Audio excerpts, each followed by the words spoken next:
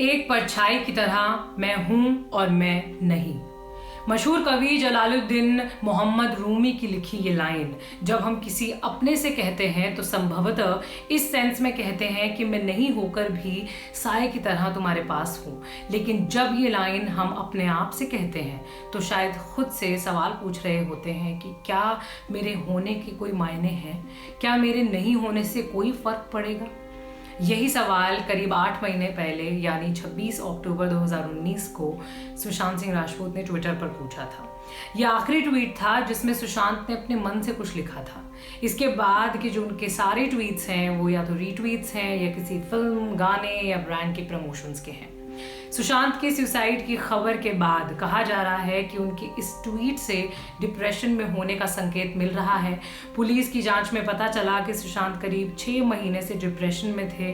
13 जून की रात उनकी हालत काफ़ी बिगड़ गई थी।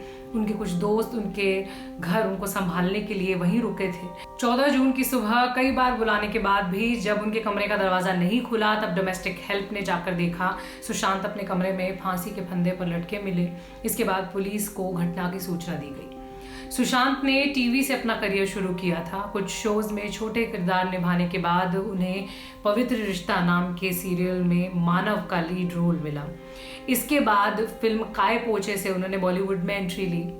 थिएटर में रिलीज हुई सुशांत सिंह की जो लास्ट फिल्म थी वो छिछोरे थी, जो कि बहुत सक्सेसफुल रही थी और एक सरप्राइज हिट कहलाई थी, जो सितंबर 2019 में रिलीज हुई थी। फिल्म में सुशांत ने एक ऐसे लड़के के पिता का रोल निभाया था जो IIT क्लियर नहीं कर पाने की वजह से आत्महत्या करने की कोशिश करता है। इसके बाद सुशांत और उसके दोस्त मिलकर फेलियर की कहानी बताते हैं और जीने के लिए उसे मोटिवेट करते हैं और फेल होने से जिंदगी रुकती नहीं है, ना ही खत्म होती है, ये बताते हैं। हालांकि सुशांत की अपनी कहानी को इस फिल्म की कहानी से जोड़कर नहीं देखा जा सकता। उनका मन किस उधेड़बुन में था ये कोई नहीं जानता। उसे फिल्म की कहानी से जोड़कर हम कभी भी समझ नहीं पाएंगे। लेकिन हाँ, उनके जाने से, डिप्रेशन की बात सामने आने से डिप्रेशन पर बात करने का एक मौका ज़रूर मिल गया है सभी को, और उससे डील करने के तरीकों को खोजने का भी।